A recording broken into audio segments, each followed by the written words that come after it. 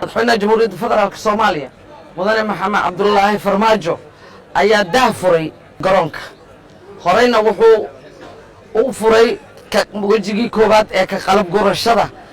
ciidamada amisom oo muddo 7 sano ah halkan deganaa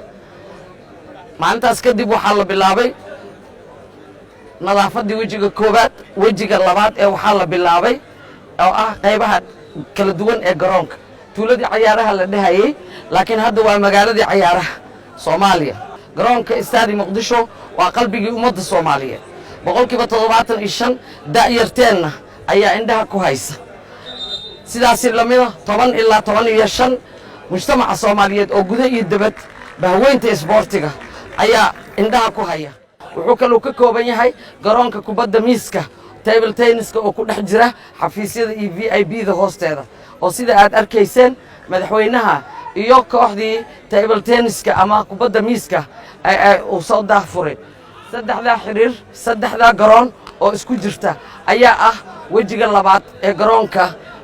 istaadi Muqdisho ama garoonka ciyaaraha Muqdisho waxaan bilaabaynaa sanadka cusub haddii Allah uu ogolaado qaybaha kale ee garoonka oo noqonayo wejigii saddexaad waa guul u soo hooyatay 90% mujtamaca Soomaaliyeed oo dalka ku nool oo gudaha ku nool maalintan qabanay xilka wasaaradda anoo raacaya aragtida madaxweynaha jamhuuriyadda mudane maxamed cabdulaahi farmaajo iyo